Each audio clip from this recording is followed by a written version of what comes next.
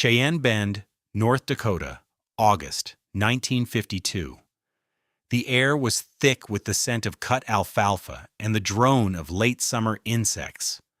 On the flat expanse of prairie, under a sky too big for the land, Jānis Ozoliņš was engaged in a struggle that made no sense to anyone watching. He had his small, 20-foot Quonset hut, the half-cylinder of corrugated steel that served as his family's home. Now, with a system of jacks, levers, and sheer stubborn will, he was trying to slide a second, much larger 40-foot Quonset directly over the top of it. The larger arch, purchased from Royden Tackaberry's war surplus yard in Fargo, looked like a silver whale trying to swallow a minnow. It scraped and groaned, resisting every inch of progress. From the dusty road, a pickup truck slowed and stopped. Royden Tackaberry himself leaned out the window, his face a mask of professional disbelief. With him were Jedediah Coombs and Silas Grant, two farmers on their way back from the grain elevator. "Ozoliņš!" Tackaberry shouted over the whine of the wind. "What in God's name are you doing? I sold you that arch for a machine shed, not a hat for your house." Jānis paused, wiping sweat from his brow with the back of a calloused hand. He said nothing. Tackaberry got out of the truck, slamming the door. He was a man who understood steel, its strengths, its limits, its profound inability to hold warmth. You're creating a 3-foot gap between those walls. Come the first hard frost, every bit of warm air from your stove is going to hit that cold outer shell and weep moisture. It'll rain inside your walls. It'll rust both of those arches to lace in 2 winters. You're building a swamp, man, a steel swamp. He turned to the others. It's the damnedest foolishness I've ever seen. He's going to ruin my reputation. People will think I sell junk steel that sweats. Jedediah Coombs just shook his head, muttering to Silas, "Plain crazy. The man's gone prairie mad." Jānis looked at the massive steel arch, then at the concerned, mocking faces of his neighbors. He picked up his pry bar. "I need more chaff," he said, more to himself than to them, and went back to work. What did this quiet Latvian, a builder of strange threshing barns from a world away, understand about radiant containment that a dealer of war surplus steel, a man who lived and breathed the stuff, had missed? Before we witness the verdict delivered by a Dakota polar outbreak, take a moment to subscribe to our channel. We explore the forgotten wisdom of those who survived on the edge of possibility. I promise, by the end of this story, you will understand the profound physics of heat in a way that just might change how you look at your own 4 walls. Have you ever lived in a place that was impossible to keep warm? Tell us about it in the comments below. Jānis Ozoliņš was not a carpenter, not a farmer, and not a frontiersman in the way North Dakota understood the terms. He was a displaced person, a man who had walked out of the ruins of Eastern Europe with his wife Ilse and their 2 young children, Peterus and Laga. They carried little more than a memory of a world that no longer existed. In that world, on the shores of the Baltic, Jānis had been a builder of rejas. These were not simple barns. A reja was a complex twin-shelled structure, a building within a building, designed for the slow, gentle drying of harvested grain using a central, low-heat kiln. His hands knew the language of radiant warmth, of contained heat, of the careful management of air and moisture. He had worked with heavy timbers, clay-lined fire pits, and the precise spacing of inner and outer roof lines to create a perfect drying environment, safe from the damp sea air. When he arrived in North Dakota in 1951, sponsored by a Lutheran relief agency, that knowledge seemed useless. Here, everything was built of dimensional lumber and, increasingly, of cheap war surplus steel. He bought his 20-foot Quonset from Tackaberry for $150 and set it on a concrete slab. It was a home, of a sort. Then came their first winter. That winter was a lesson in a kind of cold Jānis had never known.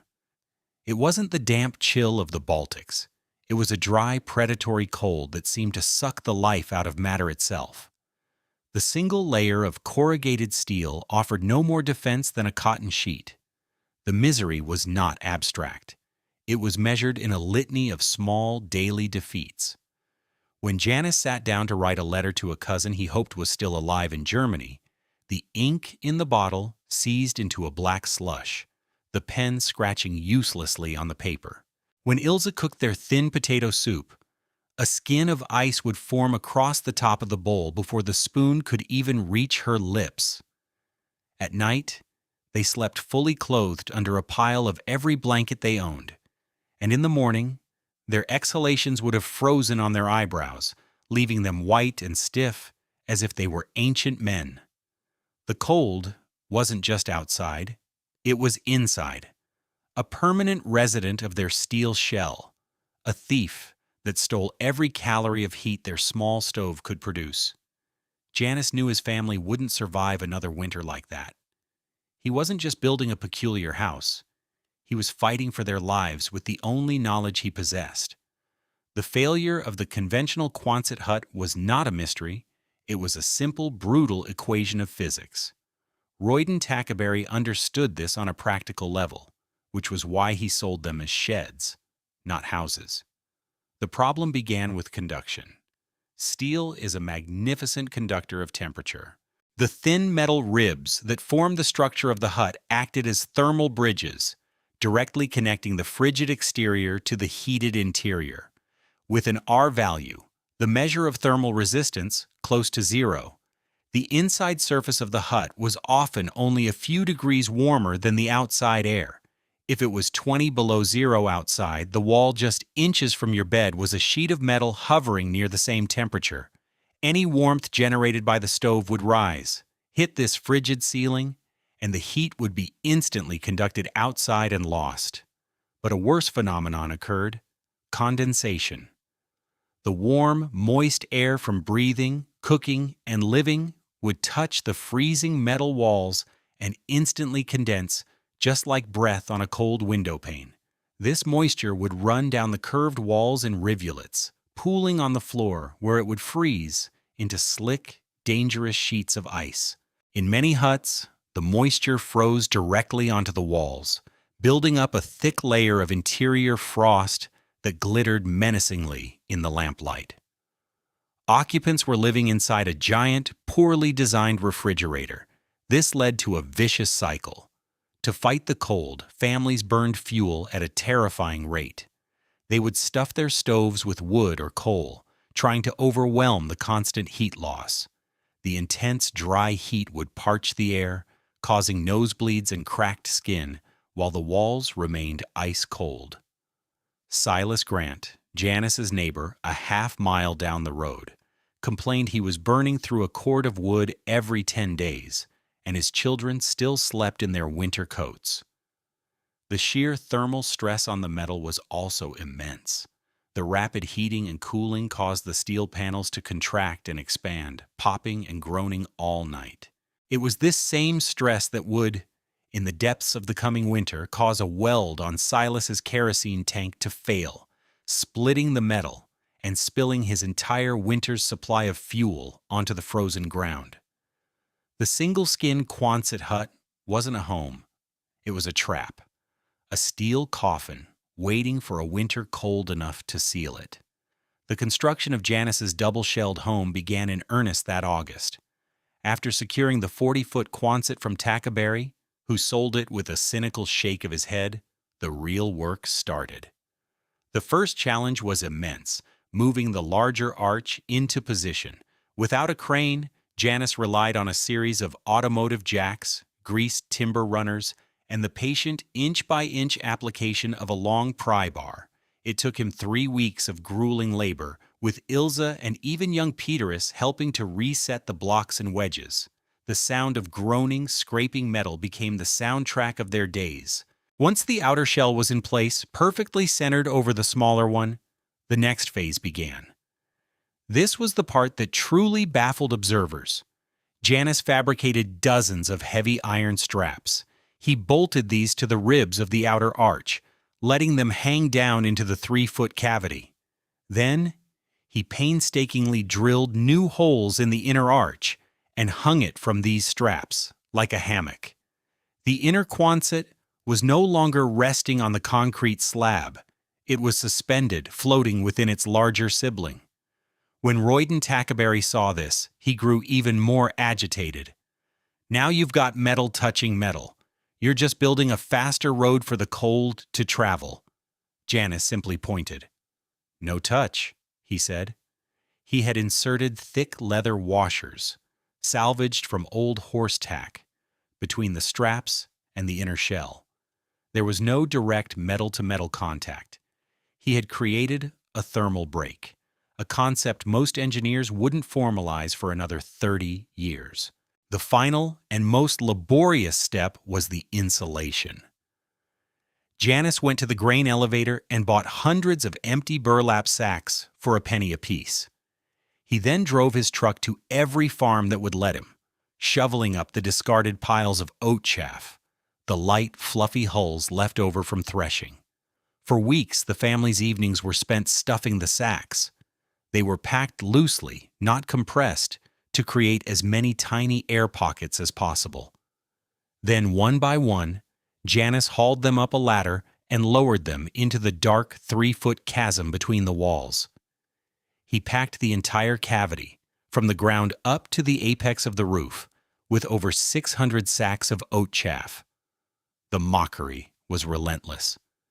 At the elevator, Tackaberry held court. "He's building a fire trap inside a rust bucket," he'd proclaim to anyone who would listen.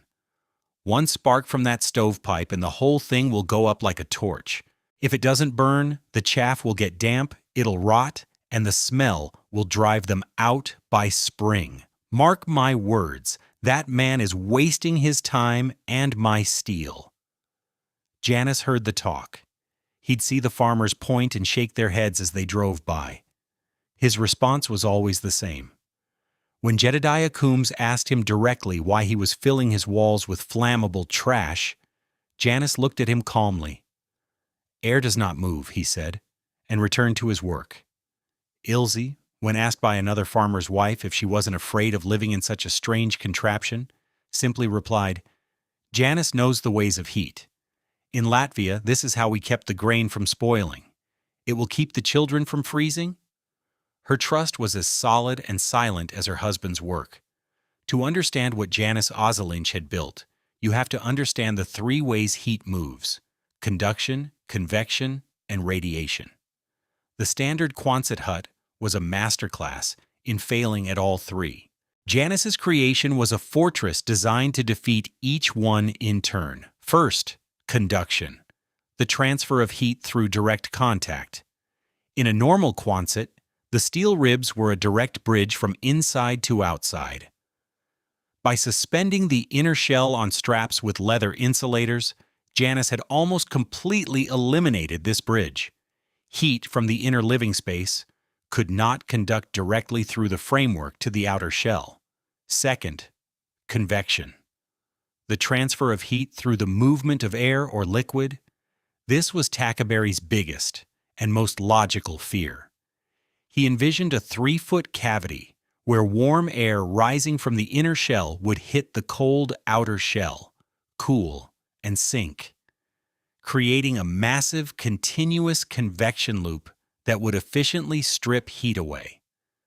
But Tackaberry didn't account for the oat chaff sacks. The 600 burlap bags acted as a baffle, completely disrupting this airflow. The air inside the cavity was trapped in millions of tiny pockets within the chaff and between the loosely packed sacks. It could not circulate. Jānis was right. The air did not move.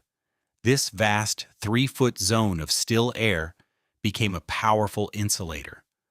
But the real genius was in defeating the third and most powerful form of heat transfer in a Dakota winter: radiation. All objects radiate thermal energy. A hot stove radiates heat that you can feel on your face from across the room. In a standard Quonset, the stove heats the interior air and the inner walls. Those walls then radiate that precious heat energy outward. The single layer of steel radiates it directly to the brutal cold of the exterior. In Jānis's design, the physics were entirely different. The small stove only had to heat the small, 20-foot inner hut. As this inner metal skin warmed up to, say, 70 degrees Fahrenheit, it began to radiate heat. But where did that heat go? It radiated into the 3-foot cavity. There, it was absorbed by the sacks of chaff and the trapped air.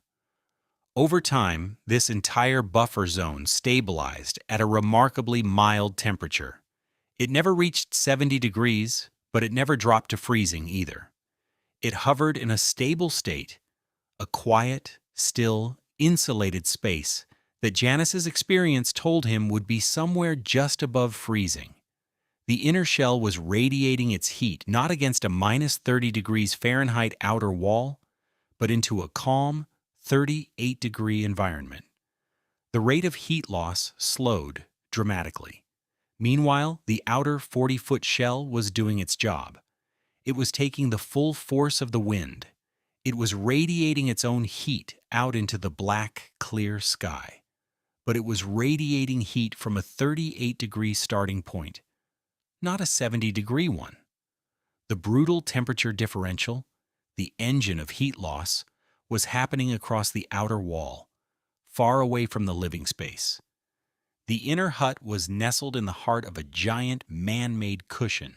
Jānis hadn't just insulated his home. He had decoupled it from the hostile exterior world. He had built a home that only had to fight the gentle climate of its own buffer zone. That November, winter came not as a gradual slide, but as a sudden, brutal assault. A polar outbreak, a vast lobe of Arctic air slid down from Canada and settled over the Dakotas. For 11 consecutive nights, the temperature at the Cheyenne Bend dropped to minus 34 degrees Fahrenheit. There was no wind, no snow, just a profound crystalline stillness under a sky littered with stars. This was the most dangerous kind of cold. On clear nights, every object on Earth radiates its heat directly into the black void of space. Roofs, fields, and machinery grew even colder than the surrounding air. It was a cold that leached warmth from everything. For the neighbors in their conventional homes, it was a state of siege. Jedediah Coombs went to his well one morning to find the handle of his pump immovable, the iron mechanism frozen solid. He would have to melt snow for water for a week. The popping and groaning of Silas Grant's Quonset became a sharp shriek one night, followed by the smell of kerosene. He ran outside to find his 200-gallon tank had split right down a welded seam, its precious contents spreading and turning to a useless gel on the frozen earth. Inside their homes, families huddled around stoves burning at full blast, yet the cold was winning. They lived in a small bubble of warmth, 3 feet from the stove, while the rest of their homes were Arctic. Inside the Ozoliņš home, life continued with an almost defiant normalcy. The contrast was absolute. While Silas Grant was staring at his ruined fuel supply, Jānis was using a fraction of the wood. His stovepipe glowed a dull cherry red at its base, but the stove was never roaring. It was fed a steady, slow diet of cottonwood logs. The air inside was warm, but more than that, it was stable. There were no drafts, no cold spots. This was proven not by a thermometer, but by the small details of domestic life. Ilse sat in a chair 10 feet from the stove, mending one of Peterus's shirts. The thread on her needle was supple, not brittle with cold. The steel needle itself was cool, but not painfully so, to the touch. On the floor, a space that in any other prairie home would have been a landscape of frost, Peterus, and Liga, lay on a simple rag rug, reading a picture book from the church. They wore wool sweaters, but not their coats or hats. The butter on the kitchen table, in a covered dish, was soft and spreadable. Jānis, checking a small thermometer he had hung on the inner metal wall, noted it read 65 degrees. The wall itself was cool, but it did not radiate cold. It was passive, neutral. They had not defeated the winter outside. They had simply made it irrelevant to the world inside. The polar outbreak could rage. It could split steel tanks and freeze wells. But it could not touch the quiet warmth inside the double-shelled house. The breaking point for Royden Tackaberry's skepticism came on the 9th day of the cold snap. He was a decent man beneath his bluster, and he spent the morning helping Silas Grant clean up the mess from the split tank. He agreed to haul the useless, twisted metal to the scrapyard in his flatbed truck. The cold was so intense that the truck's engine was reluctant to turn over, and the chains he used to secure the load were as stiff as iron bars. He was halfway back to Fargo when one of the chains, rattled by the frozen ruts in the road, came loose. He pulled over right in front of Jānis Ozoliņš's strange, double-humped home. Cursing the cold, Tackaberry hopped out of the cab, his bare hands aching instantly in the frigid air. He grabbed the heavy chain and, to get better leverage, leaned his full weight against the outer wall of Jānis's Quonset. He braced himself for the searing pain of bare skin on supercooled steel, but the pain never came. What he felt was so unexpected, it stopped him dead. It was not warmth, but it was a profound and shocking lack of cold. The steel was cold, yes, but it felt like metal left in a cool basement, not a piece of steel that had been sitting in minus 34 degrees Fahrenheit air for over a week. He pressed his palm flat against it.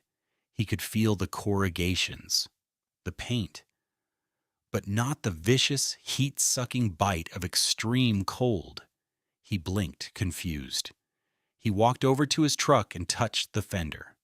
The pain was immediate, a sharp, burning sensation that made him snatch his hand back. He looked from his truck to the Quonset, his mind struggling to process the contradiction.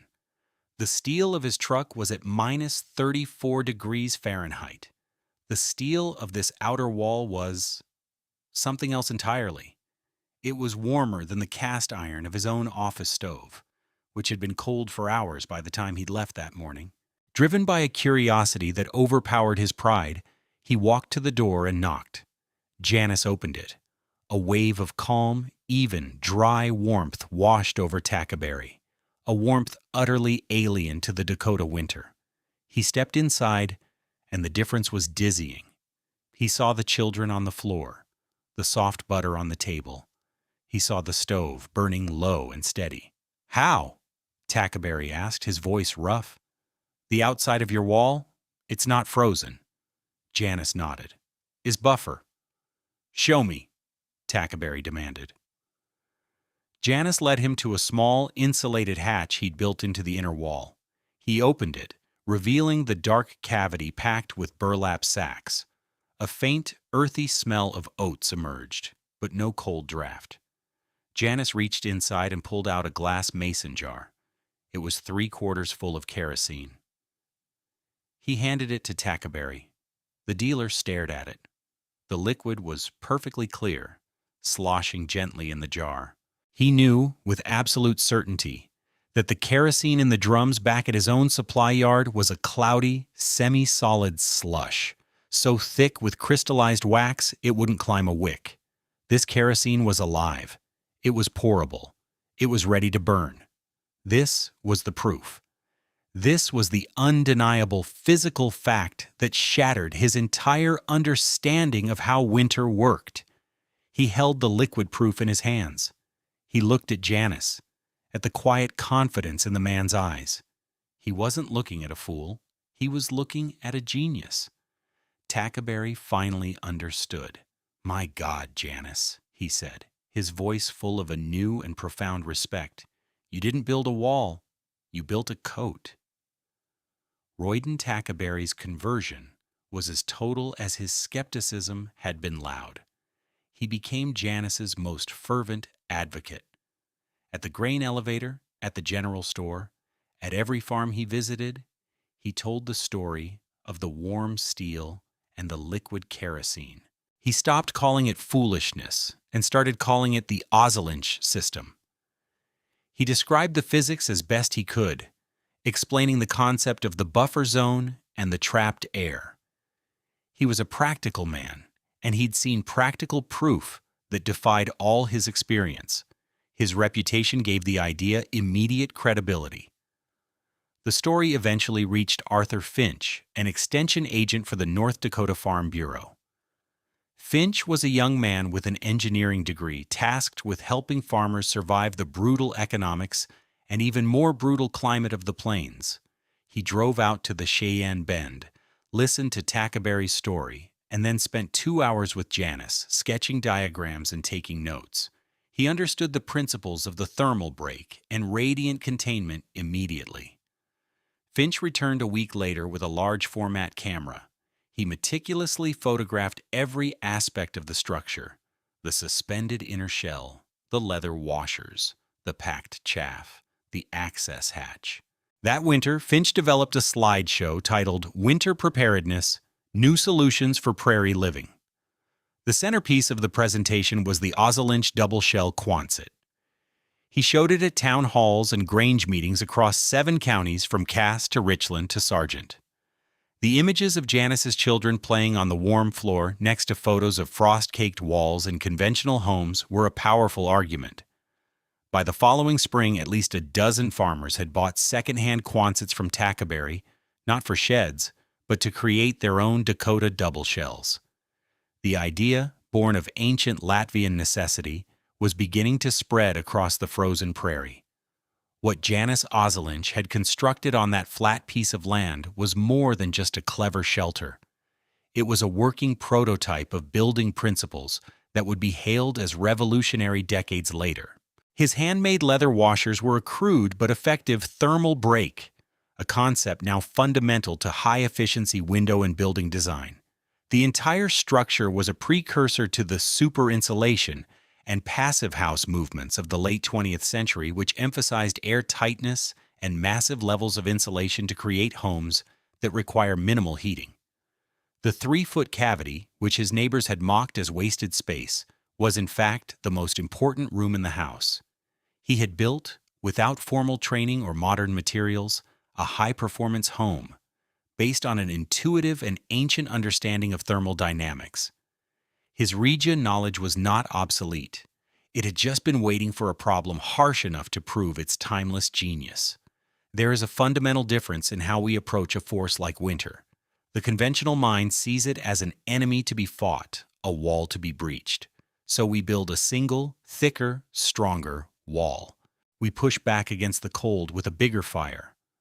Our strategy is one of direct opposition, a head-on collision with nature. We believe that if our wall is strong enough, we will win. But the prairie winter is patient, and it always finds a crack. It always bleeds the heat away. Jānis Ozoliņš's approach was entirely different. It was not an act of defiance, but an act of profound accommodation. He did not build one wall against winter. He built winter a room to exhaust itself in. The 3-foot space between the shells was a concession, a neutral territory ceded to the cold. Inside that space, the temperature could drop, the wind could howl, and the great battle between the 70-degree warmth of a living home and the minus 34 degrees Fahrenheit fury of a polar night could play out. But the battle was contained. It happened far away from his family. By giving the winter a place to be winter, he had purchased for himself a place to be human. He had created a zone of quiet, letting the storm rage in a room he had built specifically for it, leaving the life within the inner sanctum perfectly, peacefully, undisturbed. Thank you for joining us on this journey into the past. If you found this story of ingenuity and survival valuable, please like this video and subscribe for more tales of forgotten wisdom. What other examples of old-world knowledge solving modern problems can you think of? Share your thoughts in the comments section below. The information presented in this video is for educational and storytelling purposes, based on historical building practices. The characters, names, and specific events depicted are fictionalized for narrative effect, though the principles are grounded in real-world examples. Anyone attempting to build or modify a structure should consult with qualified professionals and adhere to all current building codes, safety guidelines, and local regulations.